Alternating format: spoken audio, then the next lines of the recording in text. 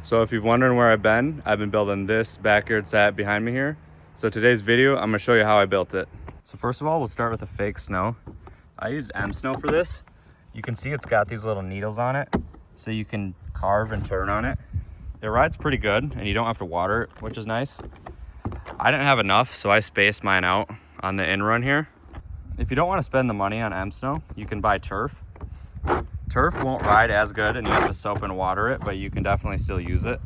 So I actually ended up building my ramp on a hill. You're gonna save a lot of wood if you build it on a hill, but to be honest, it's a lot harder. So you can build it on flat ground if you want. For the ramp, it's just made out of 2x4s and 1/4-inch plywood. So you can't see it right here, but I have 2x4s running across the bottom of it, and then I just screwed it to the plywood.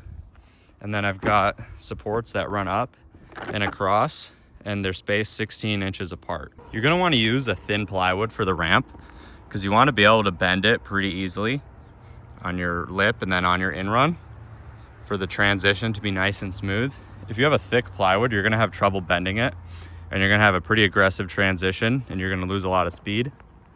So for me, I use 1/4-inch and my lip here is 16 degrees. You want to go more mellow than you think.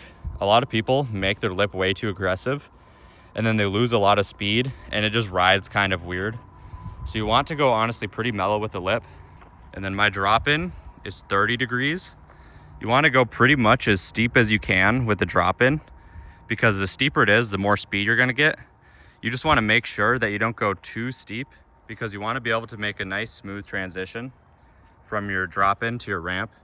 You want your transition to be smooth as you can, because if it's aggressive, you're gonna lose all your speed when you come in off the drop-in into the ramp.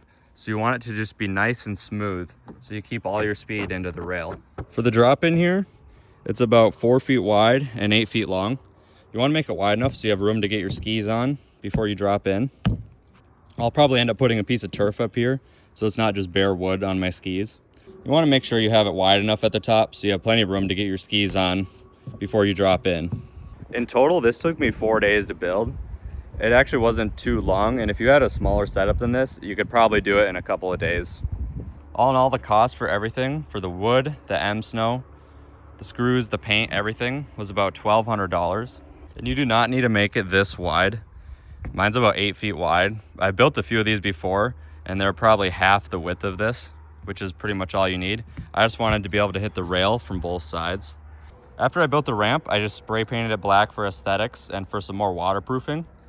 I would definitely buy more paint than you think you need because I ran out right away. So the rails are just made out of 2x4s and PVC. So I've got a support on the bottom and then I ran them up and just screwed it into the bottom of the rail from here. And then I just ran a board along the length of it to keep it stable.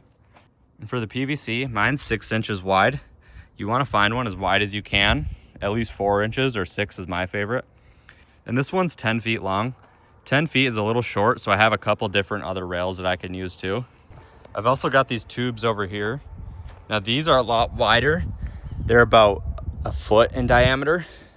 These are pretty hard to find, but if you can find them, they're super fun. And these are just about 6 feet long. And to prop these up, I just put them on these stands here. I just built these last year. They're just a couple 2x4s. And then you just put the tube in the middle here. For the landing of the setup, I just use turf. It works pretty well as long as you water it so you don't stick. And like I said earlier, you can use this for the whole setup if you want to save a lot of money. But I just use turf for the landing. So we're gonna be doing a lot of videos on the backyard setup this summer. And if you want direct coaching advice from me, you can join my program, the top link in the description. If you're still on snow, if you're on a backyard setup like me or on trampoline, you can take a video of your skiing and send it to me, and I can give you my advice so you can progress faster and learn new tricks. So click the top link in the description. You won't regret it. Peace.